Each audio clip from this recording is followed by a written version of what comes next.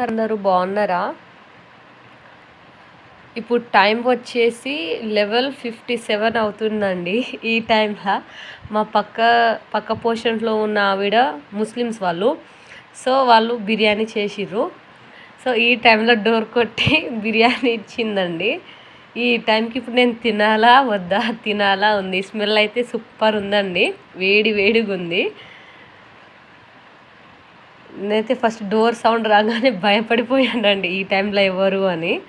తను డోర్ తీయంగానే తను బిర్యానీ చేతులకి ఇచ్చింది. చికెన్ బిర్యానీ అనుకుంటా అండి. నో, ఇది ఆలు అండి, ఇది ఆలు పీస్. ఇక్కడ పీస్.